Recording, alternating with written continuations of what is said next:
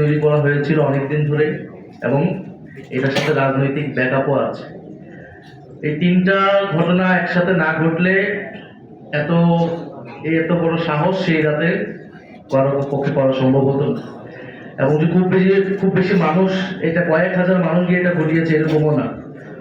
ফলে পুরো ঘটনাটাই পরিকল্পিত ছিল।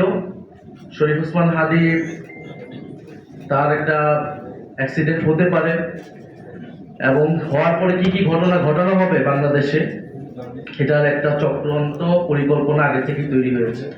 কারণ ঘটনাগুলো দেখে আমাদের কাছে এটাই মনে হয়েছে।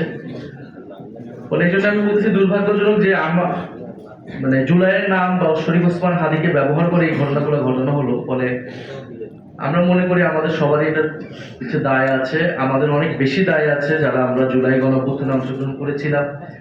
ব্যক্তিগতভাবে আমি তথ্য মন্ত্রণালয়ের দায়িত্বে ছিলাম, এবং আমাদের জন্য আরো দুর্ভাগ্যজনক আজকে যেই আমরা শব্দটা ব্যবহার করছি মব ভায়োলেন্স, এই শব্দটার সাথে প্রথম দিকে আমি একমত হতাম না, বা আমরা এটার বিরোধিতা করতাম।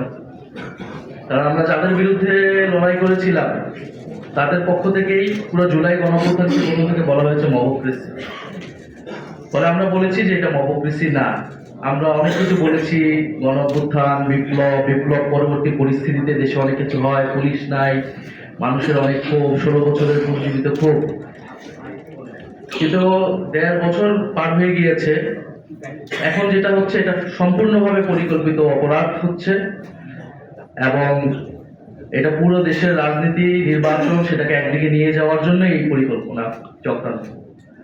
ফলে আমি মনে করি আমাদের সবার এই জায়গা থেকে দায়িত্ব নেওয়া উচিত, এবং এই ঘটনা যারা সে রাতে ঘটিয়েছে এটা খুবই স্পষ্ট যে তারা সেটার পক্ষে সম্মতি তৈরি করেছে, তারা সে রাতে সেখানে গিয়েছে, লেখালেখি করেছে।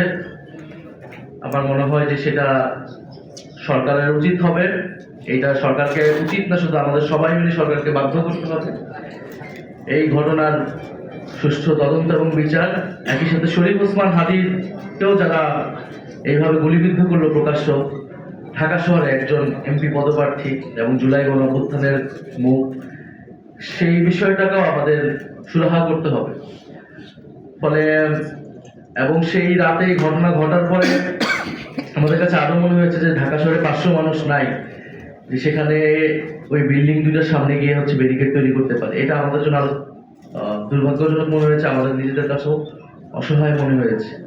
আমরা যদি সাথে সাথে রেসপন্স করতে পারতাম, আমরা আমাদের জায়গা থেকে তো আসলে যখন পুলিশ কাজ করে না, আমাদের জায়গা থেকে তো দায়িত্ব ছিল নাগরিক হিসেবে।